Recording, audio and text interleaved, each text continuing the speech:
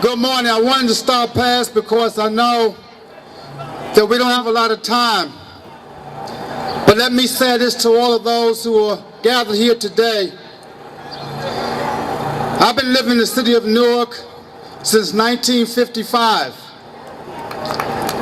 I remember the good times and the bad times.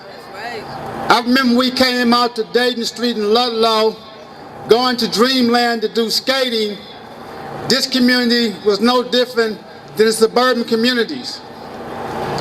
And after 1967, disturbances, our city went down. And Ken Gibson became the first African-American mayor in the history of this city. And in 1970, all of us was there. And I remember the young kids like Ras Baraka and others being involved as youngsters with their family members. But I also remember that the state government and all those who have left the city of Newark after the riots, went to the suburbs, the middle-class community, they said, fine, if we destroy the city, they're not going to help us. So Ken Gibson had a very tough time with a budget deficit and a city that looked like Berlin 1942, one coming out of ashes. And then Mayor Sharp James came in after Ken Gibson laid the foundation. And I worked on the council for 16 years as the West Ward councilman, 4 years as deputy mayor. I'm in my 28th year in the state senate, thanks to many of you here. And we took this city and we took every vacant lot basically and we rebuilt those lots. And now we ride through the city and see that all the good work that Mayor James did, regardless of what you think about him, and the council members at that time, is starting to go backwards.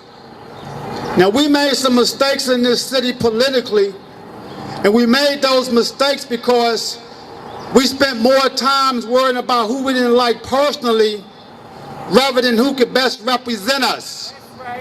And as a result of that, we are suffering today with the gang violence, foreclosures, affordable health care that we're fighting for many of our seniors and others that we still don't have, an education system that is failing us because we have no control of it. The state has been running it for 24 years.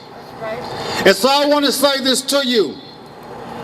Whether people like me or dislike me, I'm the state senator in New Jersey living in this city for the next 4 years.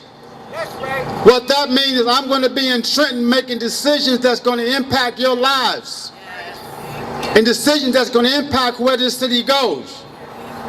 But none of us in Trenton can do it without working with local mayors and council members who understand the city is going to lead the city. I've watched the two major candidates grow up.